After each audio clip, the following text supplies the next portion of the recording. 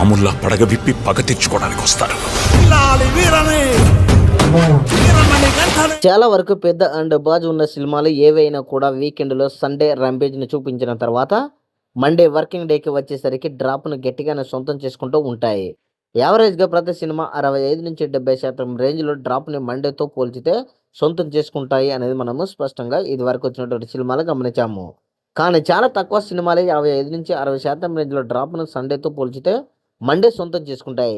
ఇప్పుడు వీటిని కూడా మించిపోయే రేంజ్లో మాస్ మహారాజా రవితేజ కొత్త సినిమా ఇరుముడి సండేతో పోల్చుకుంటే డ్రాప్ చాలా తక్కువగా సొంతం చేసుకుంది అని చెప్పొచ్చు. బాక్స్ ఆఫీస్ దగ్గర 4 రోజులు కంప్లీట్ అయ్యేసరికి బాక్స్ ఆఫీస్ దగ్గర విలేతాండం సృష్టించి 80 కోట్లకు పైగా గ్రాస్ మార్కుని అందుకుని సంచలన రికార్డు నమోదు చేసింది. ఒక మండే రోజు మాత్రమే ఈ యొక్క సినిమా బాక్స్ ఆఫీస్ దగ్గర వచ్చేసి 5 కోట్ల రేంజ్లో నైజాం ఏరియాలను సొంతం చేసుకుంది అనేది మనము స్పష్టంగా కూడా గమనించుకోవచ్చు. అంటే ఈ యొక్క చిత్రము బాక్స్ ఆఫీస్ దగ్గర వచ్చేసి వరల్డ్ వైడ్గా మండే రోజుతో పోల్చుకుంటే మటుకు 11 కోట్ల రేంజ్లో గ్రాస్ మార్కును అందుకున్నట్టయితే స్పష్టంగా తెలిసింది.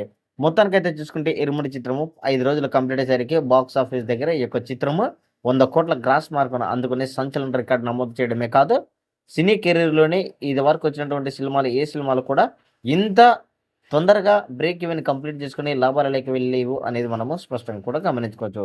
ఏది ఏమైనా ఇరుముడి సినిమా వీకెండ్లో కూడా బాక్స్ ఆఫీస్ దగ్గర విలతాండం అయితే సృష్టిస్తుంది. మరి 5 రోజులు 100 కోట్ల గ్రాస్ మార్కును అందుకోవడంపై మీ యొక్క అభిప్రాయాన్ని కామెంట్ సెక్షన్ తెలియజేయండి.